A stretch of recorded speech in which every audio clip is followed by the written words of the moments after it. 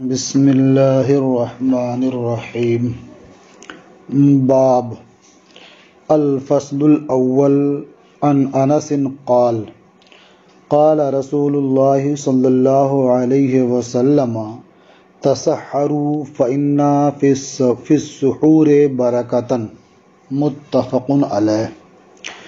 یہ مشکوٰۃ المصابیح کا صفحہ نمبر 175 ہے، اور اس باب کے تعلق سے اس نسخے میں کوئی ذکر نہیں ہے کہ یہ باب کس چیز سے متعلق ہے۔ مطلقاً ہے بابن، ھذا بابن، یہ ایک باب ہے، لیکن اس باب کے تحت مصنف نے جو احادیث نقل فرمائی ہیں اس سے یہ اندازہ ہوتا ہے کہ یہ باب سحری کرنے اور افطار کرنے سے متعلق ہے۔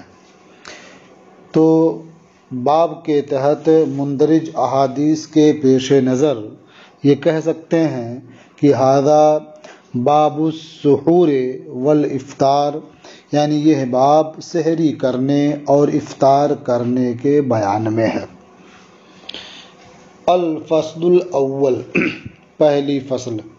عن انس قال قال رسول اللہ صلی اللہ علیہ وسلم تسحروا، حضرت انس رضی اللہ تعالی عنہ سے مروی ہے، انہوں نے فرمایا اللہ کے رسول صلی اللہ تعالی علیہ وسلم نے ارشاد فرمایا کہ سحری کرو، کیونکہ سحری کرنے میں برکت ہے۔ سحور یہ سین کے ضمے کے ساتھ بھی پڑھ سکتے ہیں اور سین کے فتحے کے ساتھ بھی۔ اگر آپ پڑھتے ہیں فی السحور تو یہ ضمے کے ساتھ یہ مصدر ہے، معنی ہوگا سحری کرنے میں، سحری کھانے میں برکت ہے۔ اور اگر آپ اسے پڑھتے ہیں سحور سین کے فتحے کے ساتھ تو سحور کا معنی وہ کھانا ہے جو سحری کرنے میں کھایا جاتا ہے۔ تو اس صورت میں معنی ہوگا کہ سحری کے کھانے میں برکت ہے، یعنی جو چیزیں سحری کے وقت تیار کی جاتی ہیں تاکہ آدمی اسے کھائے تو وہ سحور ہے۔ دونوں طرح سے پڑھنا درست ہے اور دونوں مفہوم بھی واضح ہے۔ اور یہ جو حکم دیا گیا کہ سحری کرو، یہ امر ندب کے لیے ہے، یعنی سحری کرنا یہ بہتر ہے، مستحب ہے۔ اور اگر کوئی شخص سحری نہیں کرتا ہے، بغیر سحری کے روزہ رکھتا ہے تو اس کا روزہ بھی مانا جائے گا۔ صحت صوم کے لیے اور چیزوں کے ساتھ اہم چیز نیت ہے۔ نیت اگر ہے اور اس کے بعد جو موانع ہیں اس سے باز رہا تو اس کا روزہ صحیح ہوگا۔ یہ حدیث متفق علیہ۔ وعن عمرو بن العاص قال، اور حضرت عمرو بن عاص سے مروی ہے، انہوں نے فرمایا قال رسول اللہ صلی اللہ علیہ وسلم فصل ما بین صیامنا و صیام اہل الکتاب اکلۃ السحر، اللہ کے رسول صلی اللہ تعالی علیہ وسلم نے ارشاد فرمایا کہ ہمارے اور اہل کتاب کے روزے کے درمیان فاصل یا فرق سحری کھانا ہے۔ یعنی اہل کتاب روزے رکھتے ہیں لیکن وہ سحری نہیں کھاتے ہیں، ہم بھی روزے رکھتے ہیں لیکن ہم سحری کھاتے ہیں۔ تو ہمارے روزے اور اہل کتاب کے روزے میں ظاہری طور پر ایک فرق سحری کا لقمہ بھی ہے۔ اسے امام مسلم نے روایت کیا۔ وعن سہل قال قال رسول اللہ صلی اللہ علیہ وسلم لا یزال الناس بخیر ما عجلوا الفطر، حضرت سہل سے مروی ہے، انہوں نے فرمایا کہ اللہ کے رسول صلی اللہ تعالی علیہ وسلم نے ارشاد فرمایا کہ لوگ خیر پر باقی رہیں گے جب تک افطار کرنے میں جلدی کریں گے، یا لوگ ہمیشہ خیر پر رہیں گے جب تک وہ افطار میں جلدی کریں گے۔ یہ افطار میں جلدی کریں گے، اس سے مراد یہ ہے کہ افطار کا وقت یقینی طور پر ہو چکا ہے، اب اس کے بعد تاخیر نہیں کریں گے۔ اس کا یہ مطلب نہیں ہے کہ وقت ہونے سے پہلے یا وقت ہوا کہ نہیں ہوا اس میں شبہ ہو اور افطار کر لیں۔ جلدی کرنے سے مراد یہ ہے کہ افطار کا وقت یقینی طور پر ہو چکا ہے، اب ستاروں کے باہم گتھ جانے کا انتظار نہ کریں بلکہ غروب آفتاب کے فوراً بعد افطار کر لیں۔ متفق علیہ، یہ حدیث متفق علیہ۔ وعن عمر قال، اور حضرت عمر سے مروی ہے، انہوں نے فرمایا قال رسول اللہ صلی اللہ علیہ وسلم اذا اقبل اللیل من ہاہنا وادبر النہار من ہاہنا وغربت الشمس فقد افطر الصائم۔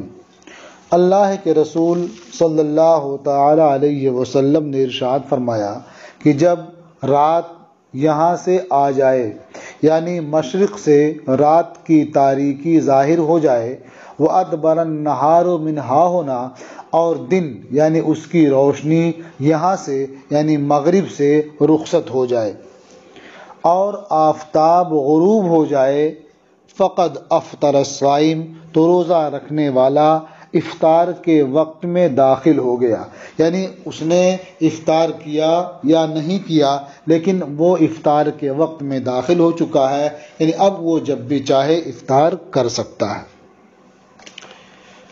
تو اس میں جو یہ کہا گیا کہ مشرق سے رات کی تاریکی آ جائے اور مغرب سے دن کی روشنی ختم ہو جائے، مطلب کیا کہ آفتاب غروب ہو جائے یعنی رات شروع ہو جائے تو روزے دار افطار کے وقت میں داخل ہو جاتا ہے، یعنی افطار کا وقت شروع ہو جاتا ہے۔ اب جب وقت شروع ہو گیا تو اس میں جلدی کرنا یہ بہتر ہے۔ متفق علیہ، یہ حدیث متفق علیہ ہے۔ وعن ابی ہریرہ قال نہا رسول اللہ صلی اللہ علیہ وسلم عن الوصال فی الصوم۔ حضرت ابو ہریرہ رضی اللہ تعالی عنہ سے مروی ہے، انہوں نے فرمایا کہ اللہ کے رسول صلی اللہ تعالی علیہ وسلم نے روزے میں وصال سے منع فرمایا ہے، یعنی صوم وصال سے اللہ کے رسول صلی اللہ تعالی علیہ وسلم نے منع فرمایا۔ صوم وصال کا مطلب یہ ہے کہ بندہ 2 یا 2 سے زائد روزے اس طرح سے رکھے کہ ان کے درمیان کچھ نہ کھائے نہ پیے، یعنی بغیر سحری اور افطار کے وہ پیہم روزہ رکھے، تو یہ صوم وصال ہے۔ نبی کریم صلی اللہ تعالی علیہ وسلم نے اس سے منع فرمایا تو یہ نہیں تحریم کے لیے ہے، اور یہ بھی کہا گیا کہ یہ تنزیہ کے لیے ہے، لیکن ظاہر یہ ہے کہ یہ نہیں تحریم کے لیے ہے۔ چنانچہ جب نبی کریم صلی اللہ تعالی علیہ وسلم نے یہ ارشاد فرمایا، یعنی صوم وصال سے منع کیا، فقال له رجل انك تواصل یا رسول اللہ، تو ایک شخص نے نبی کریم صلی اللہ تعالی علیہ وسلم سے عرض کیا، یا رسول اللہ، آپ تو صوم وصال رکھتے ہیں، یعنی آپ روزے کو روزے سے ملاتے ہیں، بغیر سحری اور افطار کے روزے رکھتے رہتے ہیں۔ تو حضور نے ارشاد فرمایا، وَأَيُّكُمْ مِثْلِي، اور تم میں سے کون میرے جیسا ہے؟ اب میرا حال کیا ہے؟ انی ابیت یطعمنی ربی ویسقینی، میں رات گزارتا ہوں اس حال میں کہ میرا پروردگار مجھے کھلاتا ہے اور مجھے پلاتا ہے۔ یہ حدیث متفق علیہ ہے۔ تو اس سے یہ سمجھ میں آیا کہ صوم وصال یہ ممنوع ہے اور یہ کراہت تحریم ہے، اس لیے کہ نبی کریم صلی اللہ تعالی علیہ وسلم کے جیسا کوئی نہیں ہے، اور اسی بنیاد پر حضور نے لوگوں کو صوم وصال سے منع فرمایا۔ اور یہ بھی کہا گیا کہ صوم وصال سے منع فرمانے میں حکمت یہ ہے کہ جب آدمی پیہم روزے رکھے گا تو وہ کمزور ہو جائے گا، یعنی اور دیگر عبادتیں وہ نہیں کر سکے گا، اس لیے وہ افطار بھی کرے، سحری بھی کرے اور روزہ بھی رکھے۔ اور اس میں جو ایک فرمایا کہ میرا رب مجھے کھلاتا ہے اور پلاتا ہے، تو اس میں تو یہ کہ رات میں کھلاتا اور پلاتا ہے۔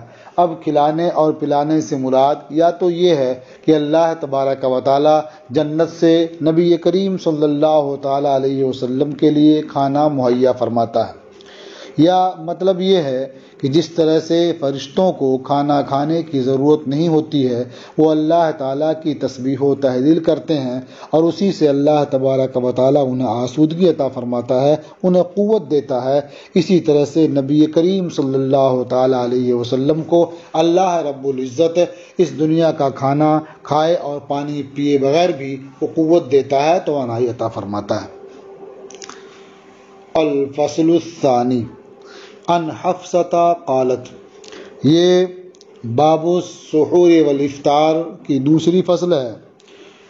ام المومنین حضرت حفصہ رضی اللہ تعالی عنہا سے مروی، انہوں نے فرمایا قال رسول اللہ صلی اللہ علیہ وسلم من لم یجمع الصیام قبل الفجر فلا صیام له۔ اللہ کے رسول صلی اللہ تعالی علیہ وسلم نے ارشاد فرمایا، جس نے فجر صادق طلوع ہونے سے پہلے روزہ رکھنے کی نیت نہیں کی، اس کا عزم نہیں کیا، فلا صیام له، تو اس کا روزہ نہیں ہے۔ رواہ الترمذی و ابو داود و نسائی و دارمی، اسے امام ترمذی اور ابو داود اور نسائی اور دارمی نے روایت کیا۔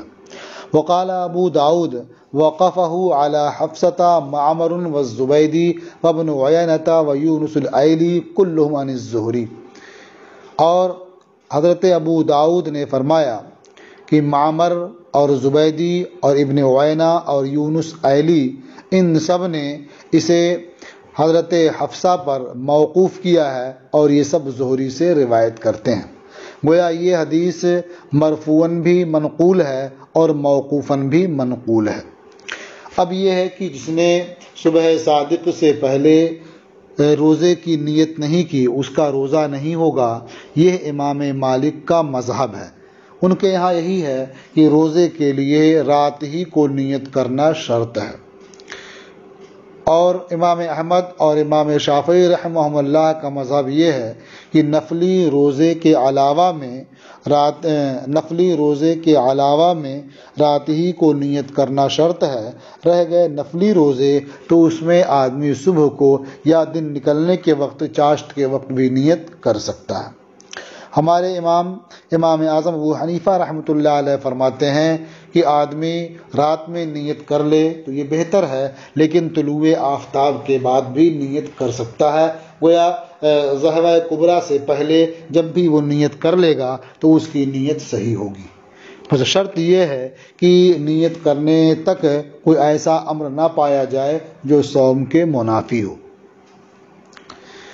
وعن ابی ہریرہ قال قال رسول اللہ صلی اللہ علیہ وسلم اذا سمع النداء احدکم والاناء فی یدہ فلا یضعه حتی یقضی حاجتہ منہ۔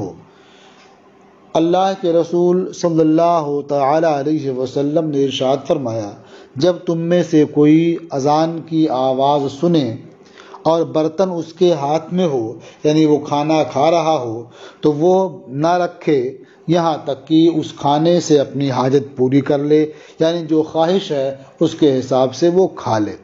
اسے ابو داؤد نے روایت کیا ہے۔ اس کا یہ مطلب نہیں ہے کہ صبح صادق طلوع ہونے کے بعد جو فجر کے لیے اذان کہی جاتی ہے وہ اذان سنے اور کھا رہا ہو تو کھاتا رہے، بلکہ اس کا مطلب یہ ہے کہ آدمی افطار کر رہا تھا، وقت ہو چکا تھا اور افطار کے درمیان ہی مغرب کی اذان ہو گئی، تو اب اس کے لیے لازم نہیں ہے کہ وہ کھانا رکھ دے، بلکہ اپنی ضرورت اس سے پوری کر سکتا ہے۔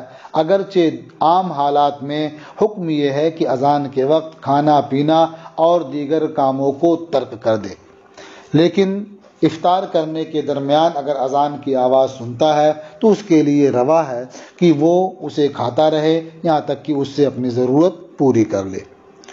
اسے ابو داؤد نے روایت کیا ہے۔ وعنہ قال، اور انہی سے مروی ہے، فرمایا قال رسول اللہ صلی اللہ علیہ وسلم قال اللہ تعالی احب عبادی الی اعجلهم فطرا۔ اللہ کے رسول صلی اللہ تعالی علیہ وسلم نے ارشاد فرمایا کہ اللہ تبارک و تعالی نے فرمایا میرے بندوں میں مجھے زیادہ محبوب وہ ہیں جو ان میں افطار کرنے میں جلدی کرتے ہیں۔ رواہ الترمذی، اسے امام ترمذی نے روایت کیا، یعنی وقت ہو جانے کے بعد وہ تاخیر نہیں کرتے ہیں بلکہ افطار کر لیتے ہیں، وہ اللہ کے محبوب بندے ہیں۔ وعن سلمان بن عامر قال، اور سلمان ابن عامر سے مروی انہوں نے فرمایا قال رسول اللہ صلی اللہ علیہ وسلم اذا افطر احدکم فلیفطر علی تمر۔ اللہ کے رسول صلی اللہ تعالی علیہ وسلم نے ارشاد فرمایا جب تم میں سے کوئی افطار کرے تو اسے کھجور پر افطار کرنی چاہیے، یعنی سب سے پہلے وہ جو چیز کھائے وہ کھجور کھائے۔ فَإِنَّهُ بَرَكَةٌ، کیونکہ کھجور یہ باعث برکت ہے۔ آدمی بھوکا ہوتا ہے، اب اس کے بعد میٹھی چیز اس کے پیٹ میں جائے گی تو اس کے لیے بہت ہی مفید اور نفع بخش ہوگی۔ فَإِن لَمْ يَجِدْ فَلْيُفْطِرْ عَلَى مَاءٍ، تو اگر کوئی آدمی کھجور نہ پائے تو وہ پانی پر افطار کرے، یعنی افطار کے وقت سب سے پہلے وہ چند گھونٹ پانی پی لے۔ پانی پینے کی وجہ بیان فرمائی فَإِنَّهُ طَهُورٌ، کیونکہ پانی یہ ظاہر اور باطن کو پاک کرنے والا ہے۔ رواہ احمد و ترمذی و ابو داؤد و ابن ماجہ و دارمی، اسے امام احمد اور ترمذی اور ابو داؤد اور ابن ماجہ اور دارمی نے روایت کیا۔ وَلَمْ يَذْكُرْ فَإِنَّهُ بَرَكَةٌ غَيْرُ التِّرْمِذِي فِي رِوَایَةٍ أُخْرَى، اور امام ترمذی کے علاوہ دوسری روایت میں کسی نے فَإِنَّهُ بَرَكَةٌ کا ذکر نہیں کیا ہے۔ وعن انس قال، اور حضرت انس سے مروی انہوں نے فرمایا کان النبی صلی اللہ علیہ وسلم یفطر قبل ان یصلی علی رطبات، نبی کریم صلی اللہ تعالی علیہ وسلم مغرب کی نماز ادا فرمانے سے پہلے تر کھجوروں پر افطار فرماتے تھے۔ فَإِن لَمْ يَكُنْ رُطَبَاتٌ فَالتُّمَيْرَاتُ، تو اگر تر کھجوریں نہیں ہوتی تھیں تو چند خشک کھجوروں پر افطار فرماتے تھے۔ بعض روایتوں میں یہ ہے کہ 3 تر کھجوروں پر افطار فرماتے، اگر 3 تر کھجوریں نہیں ہوتی تو 3 خشک کھجوروں پر افطار کرتے، یعنی اس روزہ افطار کرنے کے وقت سب سے پہلے یہ کھجوریں ہی تناول فرماتے۔ فَإِن لَمْ تَكُنْ تُمَيْرَاتٌ حسوات من مائن، تو اگر خشک کھجوریں بھی نہیں ہوتی تو آپ چند گھونٹ پانی نوش فرماتے، چند گھونٹ پانی پیتے۔ رواہ الترمذی و ابو داؤد، اسے امام ترمذی اور ابو داؤد نے روایت کیا۔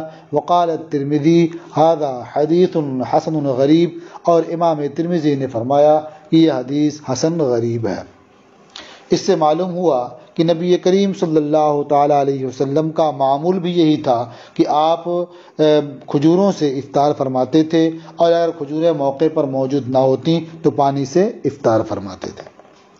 وعن زید بن خالد قال، اور زید بن خالد سے مروی ہے انہوں نے فرمایا قال رسول اللہ صلی اللہ علیہ وسلم من فطر صائما او جہز غازیا فلہ مثل اجرہ، اللہ کے رسول صلی اللہ تعالی علیہ وسلم نے ارشاد فرمایا جس نے کسی روزے دار کو افطار کرایا یا کسی غازی کو غزوے کا سامان فراہم کیا تو اس شخص کے لیے اس کے اجر کے مثل اجر ہے، یعنی جس نے روزے دار کو افطار کرایا تو افطار کرانے والے کو بھی اتنا ہی اجر و ثواب ملے گا جتنا روزہ رکھنے والے کو اجر و ثواب ملے گا۔